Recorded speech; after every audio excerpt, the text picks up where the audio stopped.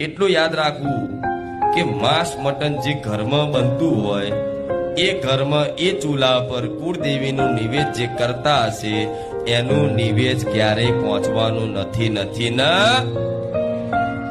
જે ઘરમાં જે ચૂલા પર માતાજીના નિવેદ બનાવવા માટે જે ચૂલો ઉપયોગ થતો હોય જે વાસણ ઉપયોગ થતો હોય એ જ વાસણમાં તમે જો તમારી કુળદેવીના ચોખા મૂકી અને નિવેદ બનાવશો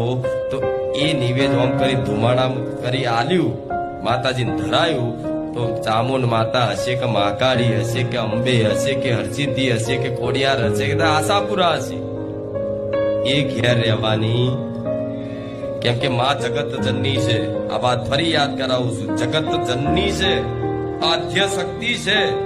એટલે જગત જનની એટલે આખા જગતની માં છે જો આખા જગતની માં હોય અને તમારા ઘેર એ ચૂલા પર જો એ માંસ કદાચ બફાતું હોય અને એ તપેલીમાં જો તમે નિવેદ બનાવો એ જ ચૂલા પર તમે માતાજીનો નિવેદ કે ભોગ બનાવો ધરાવવા માટે કઈ બી ભોજન બનાવો તો માતાજીને એ નિવેદ આડું થશે એટલે ઘણા લોકો કહેતા હોય છે ને આવું કે તમારી માતા નિવેદ પહોંચતું